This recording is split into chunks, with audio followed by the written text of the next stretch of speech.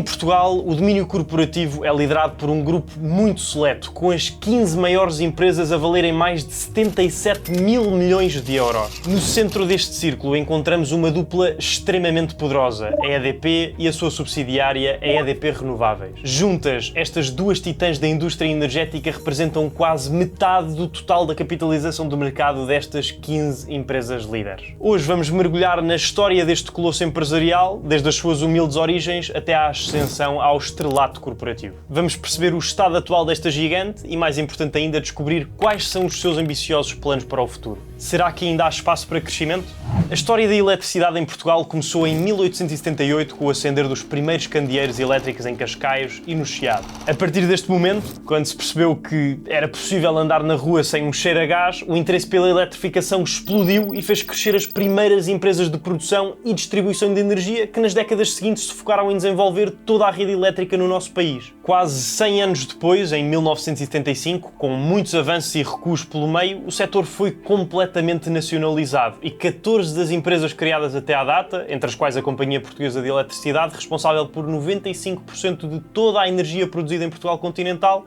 passaram para a alçada do Estado. No ano seguinte, a grande maioria destas corporações fundiu-se, dando origem à empresa pública Eletricidade de Portugal, hoje em dia Energias de Portugal, ou como é mais conhecida, simplesmente EDP. Os principais objetivos desta fusão eram assegurar a eletrificação do país na sua totalidade, aumentando a capacidade de produção e estendendo a distribuição para além dos grandes centros urbanos, e implementar um tarifário único para todos os clientes. Logo desde o início, a empresa era considerada um monopólio vertical, não tivesse ela nascido da junção das produtoras, distribuidoras e transportadoras mais relevantes do país, tendo quase a exclusividade do exercício de todas as fases do processo de eletrificação de Portugal continental. No entanto, uma década mais tarde, torna-se óbvio que este caráter monopolístico do mercado, tanto aqui como no resto da Europa, atrasava o seu crescimento e a sua evolução. De modo que surge como consequência a necessidade de colocar a empresa em mãos privadas, tendo em vista a criação de um mercado concorrencial que promova a inovação, a baixa de preços, a qualidade superior, a alocação eficiente de recursos e por aí fora. Este processo de privatização foi longo e complexo e compreendeu no total 8 fases que se estenderam de junho de 97 a fevereiro de 2013. O primeiro passo correspondeu à alienação de quase 30% do capital através não só da venda direta a investidores institucionais, como também de uma IPO, ou oferta pública inicial, disponibilizando pela primeira vez o investimento aos pequenos investidores na Bolsa de Lisboa. Escusado será dizer que a cotação da empresa foi um autêntico sucesso, atraindo mais de 800 mil portugueses que no final do dia passaram a ser acionistas da maior empresa do país. Praticamente um ano depois aconteceram a segunda e a terceira fase, uma caracterizada pela venda direta de 2,25% do capital à Iberdrola, a maior produtora de energia em Espanha, outra pela passagem de 16,2% do capital para as mãos de múltiplos acionistas institucionais privados. De seguida, em outubro de 2000, sucedeu uma das vendas mais marcantes de todo o processo, que fez com que o Estado passasse a controlar apenas 31,3% da EDP, deixando finalmente de ser o acionista maioritário. A quinta fase, em 2004, esteve diretamente relacionada com a internacionalização da EDP, adquirindo esta uma organização no nosso país vizinho, a Hidrocantábrico. O dinheiro para esta aquisição proveio de uma venda direta de participações em investidores de referência e de um aumento de capital, que juntos resultaram na alienação de mais 6% da posição do Estado. Já no penúltimo passo, em 2007, acontece outra aquisição, desta vez da americana Horizon Wind Energy, particularmente especial porque, para além de viabilizar a nossa entrada no mercado norte-americano,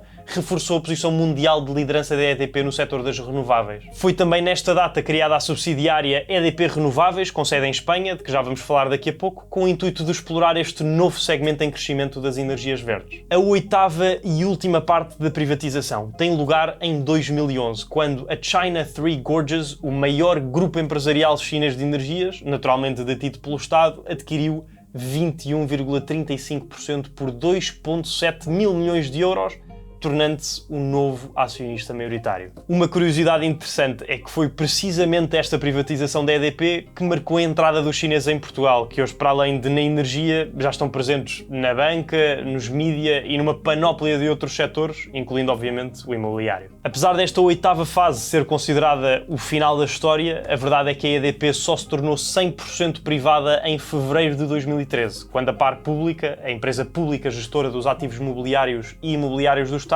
decidiu vender os restantes 4,14% do capital social que ainda detinha, correspondentes a 151.517.000 ações por 2,35€ por participação. Mas e hoje, depois desta longa jornada, como é que a corporação se tem adaptado aos novos tempos e como é que está a sua operação? Atualmente a EDP é, sem sombra para dúvidas, o maior grupo cotado na Bolsa de Lisboa, com uma capitalização de mercado de quase 20 mil milhões de euros se contarmos apenas com a empresa-mãe. Opera maioritariamente na Península Ibérica, nos Estados Unidos e no Brasil, tendo também uma sede mais recente em Singapura, e as principais áreas de negócio são a produção energética, com já 75% proveniente de fontes renováveis, a transmissão, em franco crescimento no Brasil, que consiste no transporte da energia em muita alta tensão entre os pontos de geração e as subestações de transformação, a distribuição, o processo de transporte da energia em alta, média e baixa tensão das subestações até nossa casa e, finalmente, a comercialização, a última parte da cadeia de fornecimento de eletricidade, onde existe o contacto direto com o consumidor. Para fazer tudo isto, o universo EDP engloba diversas empresas nossas conhecidas, entre as quais a E-Redes, gestora da distribuição em Portugal continental, a EDP Comercial, comercializadora de energia no mercado livre, a SU Eletricidade, comercializadora no mercado regulado, onde os preços são estipulados pela entidade reguladora dos serviços energéticos, a decadente EDP Gás, distribuidora e fornecedora de gás natural, ainda a EDP Inovação, o braço da EDP responsável pelo desenvolvimento e investimento em novos negócios com impacto e pela promoção de soluções inovadoras na transição energética, e a Fundação EDP, uma instituição sem fins lucrativos, autodescrevendo-se como uma entidade que procura ter impacto na sociedade através de iniciativas sociais, culturais e científicas. Para além destas, existe ainda a EDP Renováveis, que apesar de ter sede em Espanha, está cotada na Bolsa de Lisboa e é controlada a 75% pelo grupo. O seu core business é a produção de energias renováveis, com principal foco na energia solar e eólica, sendo já a quarta maior produtora mundial nesta exploração do vento. A sua capitalização de mercado já ultrapassou a da empresa-mãe e está agora a rondar os 20 mil milhões de euros, como podemos ver através da aplicação da Trading 212, o patrocinador do vídeo de hoje, que para além de viabilizar a compra e venda de ações e ETFs sem comissões, nos permite ter acesso a informação simplificada sobre praticamente todas as empresas públicas em que possamos ter interesse. Depois de criarem conta por lá, através do primeiro link na descrição, basta irmos à lupa, pesquisar o nome da que queremos conhecer, neste caso EDP Renováveis,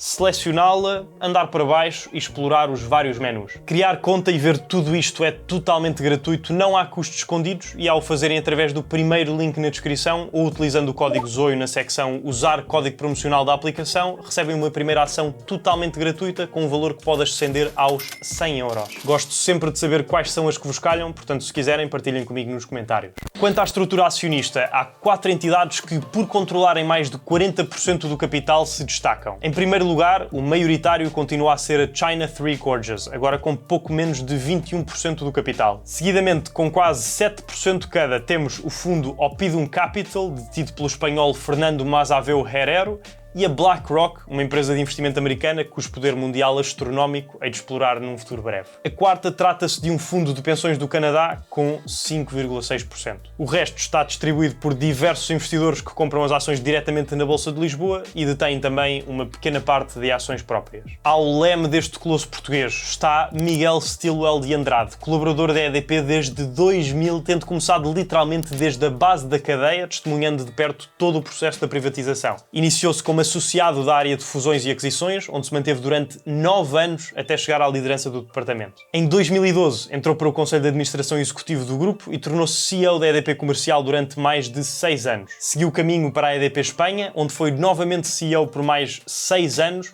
e em 2018 passou a liderar a área financeira do grupo, assumindo o papel de CFO. Em julho de 2020 assumiu a posição de CEO interino, por consequência do caso EDP, que afastou os então CEOs da EDP e da Renováveis por suspeitas de crime de corrupção, e em janeiro de 2021 tornou-se finalmente e oficialmente CEO de ambas. Desde que está no poder, tem tido como principais focos a expansão para a Ásia e a fortificação da sua posição como líder mundial nas energias renováveis, algo que tem acontecido com bastante êxito, conseguindo manter o navio relativamente estável no cenário caótico da maior crise energética europeia Europeia que temos estado a enfrentar desde o final de 21. Se depois de conhecermos a história da EDP, analisarmos os seus resultados financeiros e todas as outras peculiaridades da operação, decidirmos que queremos investir nela, há duas principais vias que podemos tomar. Investimos diretamente na ação individual ou fazemos-lo através da compra de um ETF à nossa escolha que a tenha na sua constituição, permitindo-nos diminuir o risco através da diversificação por mais títulos. E como sempre, nada disto deve ser tomado como uma recomendação de investimento, não sou consultor financeiro.